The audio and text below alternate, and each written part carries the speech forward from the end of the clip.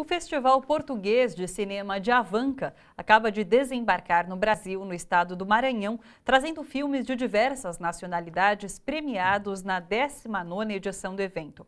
O intercâmbio é uma forma de possibilitar a troca cultural de produções audiovisuais. Em Avanca, uma pequena cidade de Portugal, também foram exibidos filmes maranhenses. A Rede Minas acompanhou o festival em Portugal. Dá uma olhada.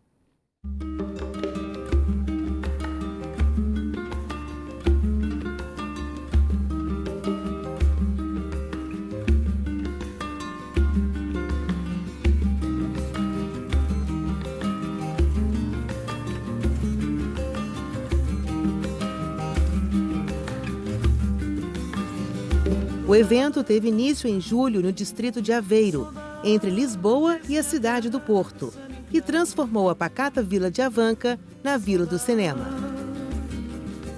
Este ano, o encontro atraiu cerca de 20 mil pessoas, realizadores, acadêmicos, críticos, cinéfilos e amantes da sétima arte. O Avanca 2015 exibiu obras de países dos 5 continentes nas categorias longa-metragem, curta-metragem, ficção, documentário e cinema de animação. Chaque mère violée, je l'identifie à ma mère, et chaque enfant violé, je l'identifie à mes enfants.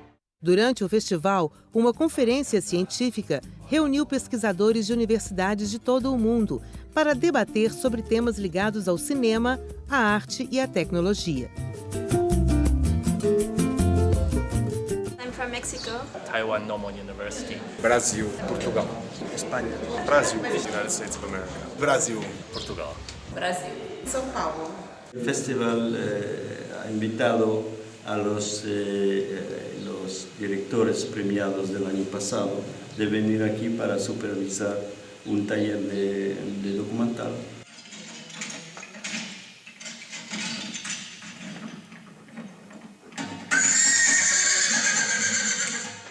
Sessões de cinema, apresentação de livros, mesas redondas, workshops e exposições de arte completam um evento que já ultrapassou as fronteiras de Portugal. No Brasil, a programação vai até 19 de setembro nas cidades de São Luís e Imperatriz e traz ao público brasileiro os filmes premiados nas últimas edições do festival. O Festival de Cinema de Avanca irá continuar em itinerância. Do Brasil, segue para a Croácia e depois para a Itália e França, numa dinâmica que, além de mostrar obras de países já consagrados na produção cinematográfica, procura dar visibilidade a obras de países tão diversos como o Cazaquistão, Chipre, Irã, Jordânia, República Tcheca, Rússia e Taiwan.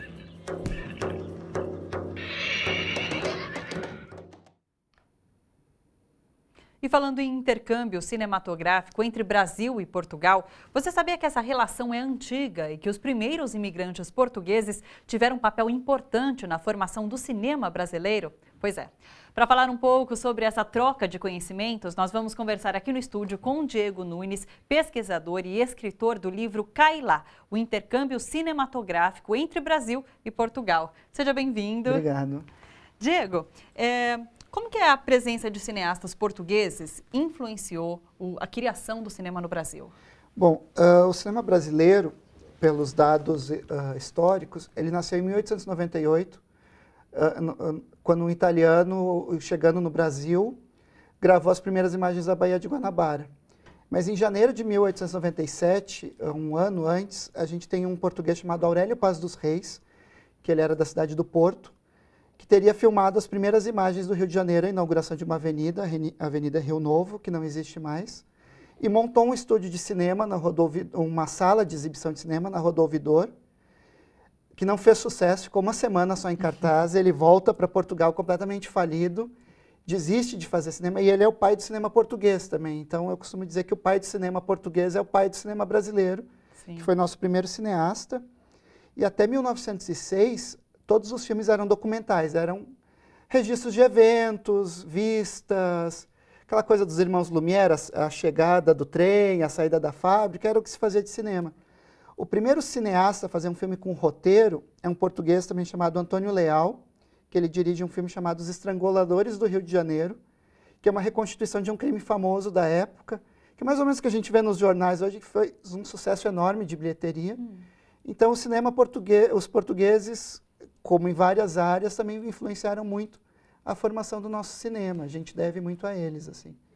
Vamos mostrar o livro Claro. primeiro daqui. Vou mostrar nessa câmera aqui. Nessa daqui, olha. Aqui, olha. Então, me fala um pouquinho. E daí, nesse primeiro momento, eles ajudaram, eram diretores, eram roteiristas, eles ajudaram com a parte técnica. Como que foi essa ajuda? Eles já vinham, eram normalmente fotógrafos, né, porque o cinema em si estava começando, que tinham sua experiência em Portugal e vinham para cá com equipamentos. Sim. E era uma forma até de ganhar dinheiro, porque aqui era uma novidade. E em Portugal eles seriam mais um portador da novidade. Aqui eles seriam os pioneiros, assim, né? Sim. Então, e eles acabaram formando o cinema nacional. Claro que outros imigrantes de outros países também. Mas a gente tem portugueses muito importantes. O primeiro registro da Amazônia foi feito por um português maluco, que sai de Portugal e vai morar na Amazônia e fazer cinema lá. Sim. E as primeiras imagens que o mundo vai ver da floresta foi feito por um português. Então, tudo isso foi formando, ajudando a formação do cinema brasileiro como a gente conhece. Inclusive, no seu livro, você traz várias biografias dessas Sim, pessoas, sim. né? Dessas pessoas importantes. Vários personagens que a gente às vezes nem sabe que é portuguesa. A gente tem a Carmen Miranda, que é a maior personificação do cinema brasileiro no exterior, que é portuguesa, que eu não falo no livro, porque eu acho que já existe muito material. Eu quis resgatar pessoas que o tempo foi apagando, nada contra a Carmen Miranda. Inclusive, tem uma atriz importante, que foi muito importante aqui no Brasil, que é uma portuguesa. Sim, antes de Carmen Miranda, a gente teve uma outra Carmen, que é a Carmen Santos, que ela tem só o título de a grande dama do cinema brasileiro, né? Ela estreia no cinema em 1919 e ela vai trabalhar até 1947, mais ou menos.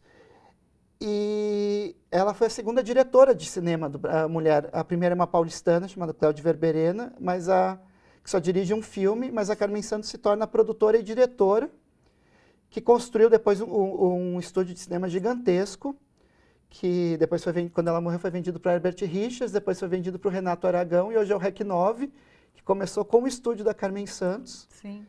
Que era uma mulher completamente à frente do seu tempo e a grande lutadora do cinema brasileiro. Assim. O que te despertou esse interesse de começar a estudar esse intercâmbio Brasil e Portugal? Olha, foi uma curiosidade. Eu escrevi em 2013 uma biografia de uma vedete chamada Salomé Parísio. E ela trabalhou num espetáculo com um transformista, o primeiro travesti do teatro brasileiro, de revista, chamado Ivaná, que o Walter Pinto trouxe dizendo que veio de Paris, como uma sensação de Paris. E, na verdade, ela era portuguesa, a Ivaná nasceu em Viseu. E eu fiquei curioso com esse personagem, assim, né? Porque, inclusive, eu entrevistei uma vedete que mora em Portugal até hoje, que está viva, ela falou assim, eu trabalhei anos com a Ivaná e eu nunca soube que ela era portuguesa. Hoje eu me sinto enganada pela história. E eu comecei a ver que várias pessoas que a gente não... que são grandes astros do cinema brasileiro, nasceram em Portugal e a gente nem sabe, porque eles foram tão absorvidos pela cultura brasileira. E comecei a recolher esses nomes, assim, e acabou saindo... E acabou no livro. Acabou esse livro. Cai lá. Legal. Quero agradecer a sua participação aqui, Diego. Obrigado. Muito obrigada. Obrigado. Parabéns pelo livro. Eu só queria agradecer a minha editora, a editora Matarazzo, que é uma editora nova.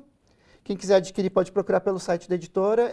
O site é www.editoramatarazzo.com, sem BR. Legal. Tá bom? Muito obrigada, Obrigado. Diego.